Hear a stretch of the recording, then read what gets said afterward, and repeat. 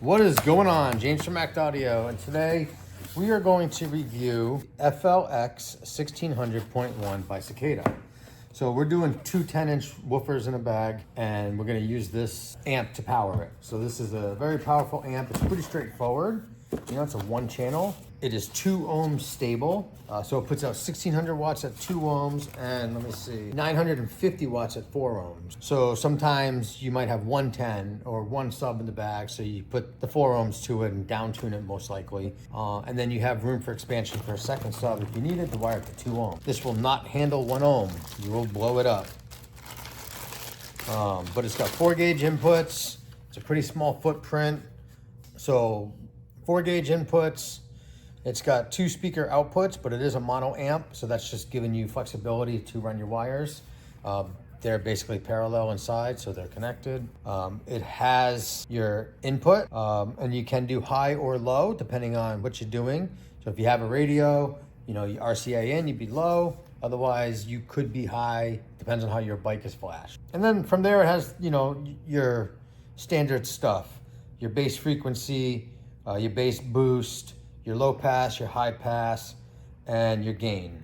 A lot of people don't realize, you know, high pass is more of a subsonic. Basically, a sub does not want to play below half an octave below the port tune of the box that it's in, and you should put a subsonic on it to achieve that. Otherwise, this sub can lose control and in the box and cause it to. But what I really like about this amp, it has internal fans for cooling, so it's not your radiator style, but in this size footprint, you kind of need that. It's also going inside the bike.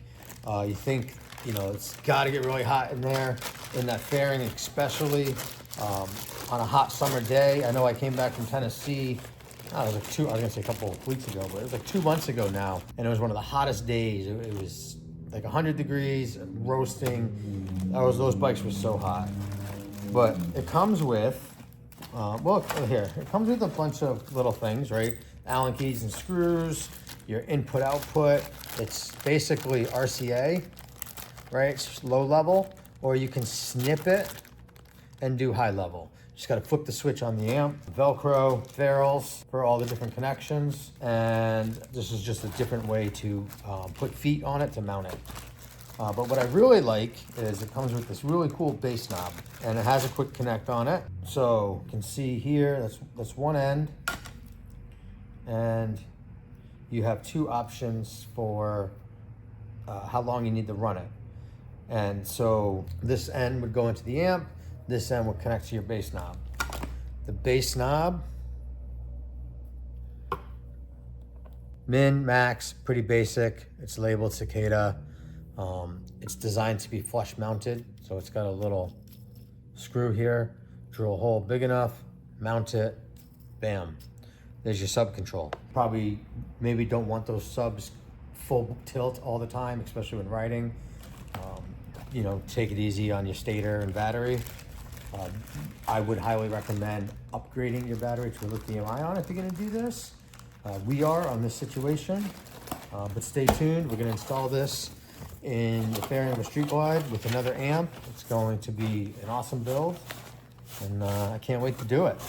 But as always, any questions on the amp, like I said, this one's pretty straightforward. Feel free to ask below, hit me up, whatever it is. But this is your FLX1600.1 amp. If anyone's familiar with the BDA 1600.1, this one is actually slightly smaller, but that's part of the Pro Series. You're gonna pay more for it. It's got better technology inside of it, so it's more compact and an overall better amp. It can control the subs better, everything. Thanks for watching.